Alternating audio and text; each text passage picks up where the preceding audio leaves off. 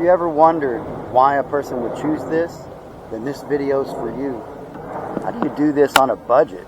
Being out at the marina really is peaceful. That's the most important thing, is the lake is teeming with life. Why would I choose this life? Living full-time on a sailboat? Who does this? When I moved aboard the boat, I had a lot of work to do. I had a lot of boat projects. I had a lot of things to fix. I had to do some hull work. I had to go replace all of the lines. I had to check the motor, the mast, the mainsail, the head sail. I had to make sure all the winches worked. When I saw the boat, I fell in love with it because it was a Catalina 30. It's a classic boat. It's like when I was a kid and I saw them anchored out. Yeah, the Catalina 30. She's a beauty.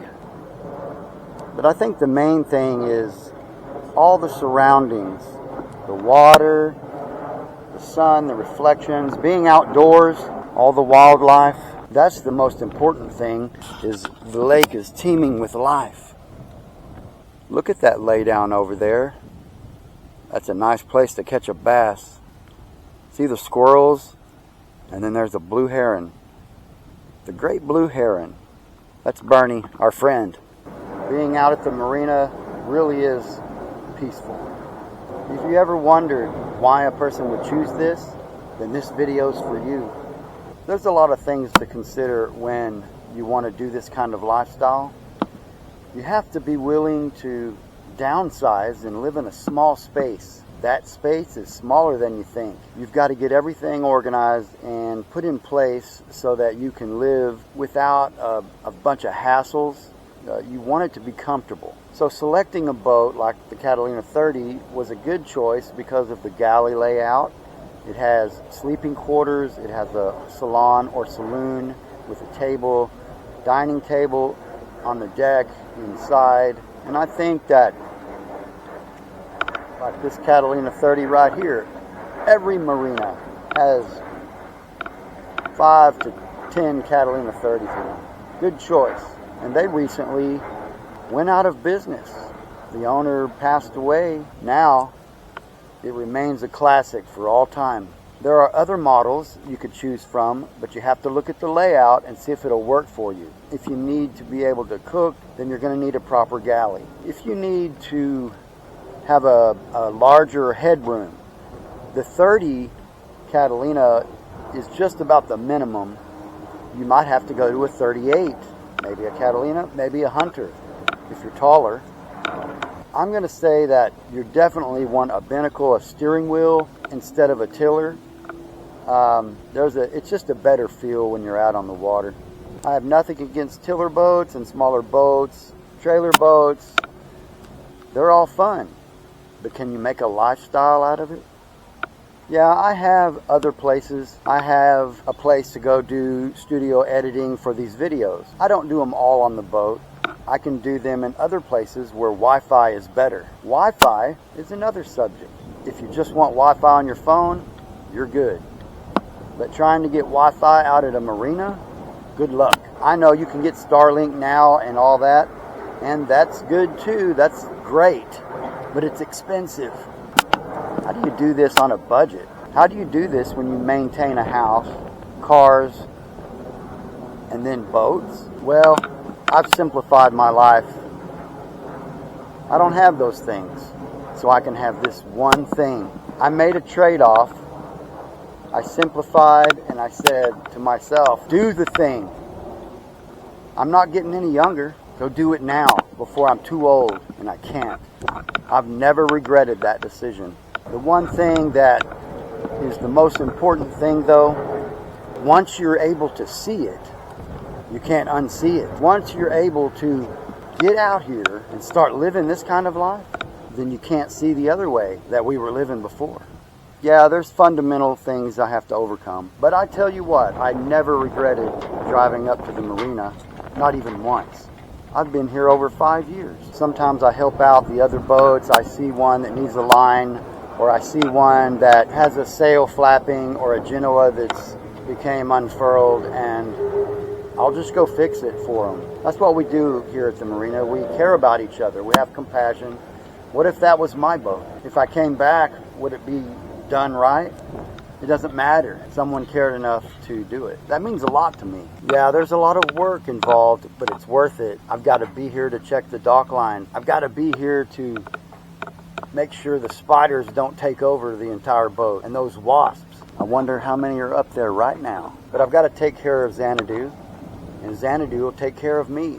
So I've overcome some of the obstacles of boat ownership. That first year was hard. I had to really get into a rhythm. I had to figure out what I was going to do day in and day out. There was a lot of work to get the boat refit and up to par to be able to have this life.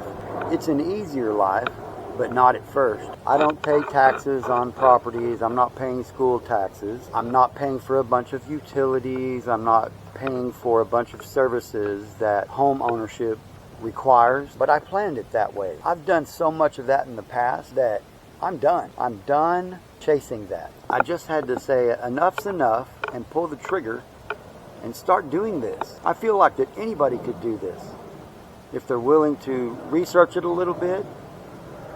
Don't just jump into it, and make sure it's the boat. Make sure the boat's right for you, and the place and the community is right for you. That all matters. So I'm going to have to say that minimizing, getting used to wearing a lot of white to reflect the sun because it's hot out here sometimes. Living in my flip-flops and my short. When's the last time I wore a pair of jeans? But it's really nice out here. I'm willing to make that trade-off. If you're ready to get a boat and do this kind of lifestyle, then I recommend doing that research, finding the boat that speaks to you. It's got to inspire you. It's got to inspire us to be more than we are. It's got to be home. It's got to be paradise. I'm going to make this life the best one I have for the time I have left. Well, I can still do it. The next thing is how to share this with somebody. How do you find a partner that wants this kind of life? That's tough. That's harder, but it can be done. A lot of people do it. Find somebody that likes the water. Find somebody that understands energy. Here comes energy right now with the ice. That's another thing. You got to be willing to buy ice every day. It's just part of the package. Helps to have a first mate and a partner. All right, it's time to check out that sail pack. I can see one flying around right now.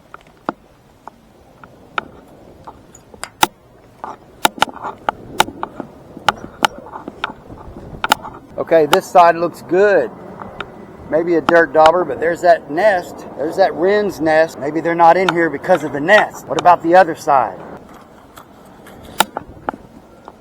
That's looking pretty good too. Wow. That's looking good on that side too. Usually I have a couple nests right there. But that wren's nest scared them away. Nice.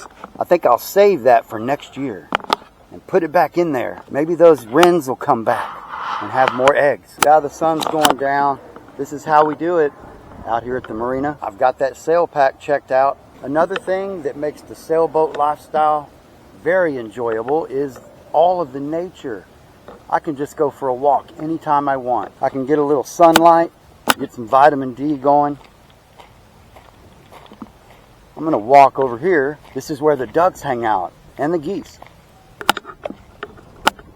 One of the most important things to consider is just how beautiful it is every day. Some days there's storms, some days it's cloudy, but it's always a good day on the water.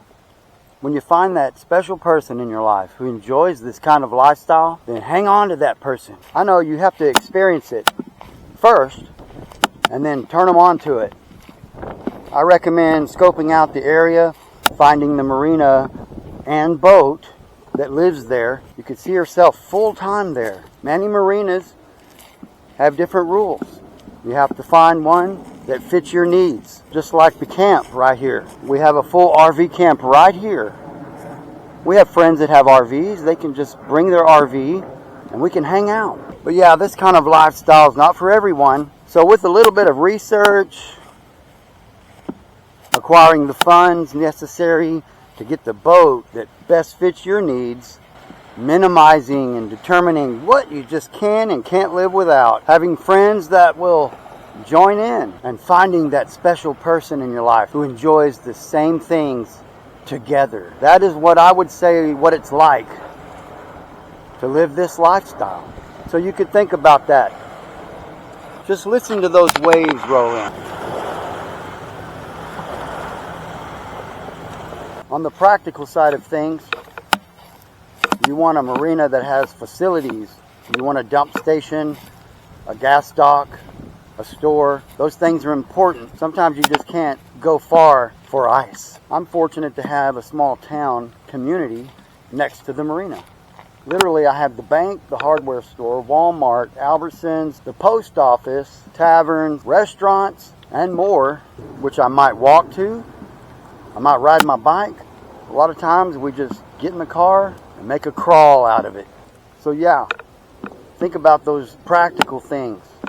Does your new boat have a head, a proper head, where in the middle of the night you don't have to get up and find some porta-john somewhere? There's fees, there's pump out fees, there's all kinds of fees. But you know what? You add up all those fees and it's not as much as getting that apartment over there. And if you're back here at the park and you got an RV and you do the RV life, that's great because you're kind of creating a paradise for yourself. The only issue I see with that is most parks make you move every couple weeks or so. So you'd have to have a couple around. So the boat does it all for me, all in one. It's like RV living. I don't have to move. Everything's close by and I just feel better. The air is better. It's a very safe community over here. We have a lot of fellow boaters here all the time. We help each other out. That's a snapshot for what it's like to live this boat lifestyle. I can go fishing every time I want to. I don't ever have to mow the grass. I can barbecue every night. So I've learned some lessons in the past few years on how to do this. And hopefully I can share more of my story with you. We'd love it if you liked and subscribed to our channel. Help more viewers see our video. It's all up to you. You can help us by hitting that button below. So now the only thing left is to figure out what's for dinner. All right, Cindy, what do you say? How is boat lifestyle treating you? You have to like small spaces, and you have to be able to contort in different ways. So yeah, boat life treats me good. I get to sit out on a backyard full of water and watch nature and recoup after a work week and recharge. We have everything we need: bed and food, AC, heater, and when we need to socialize, we can do that too. So I like it. You just have to like who you're with because it's small. Small spaces. Right. So the affinity for the captain might be something That's that a good should be in this video. Yes. You can love the person you're with, but you really want to also like the person that you're with. When some of these harder issues come up, it could be a quarrelsome day. It can be sometimes, sure. But as long as you're in the same space and your energy is matched, right, then that kind of minimizes, again, that kind of day.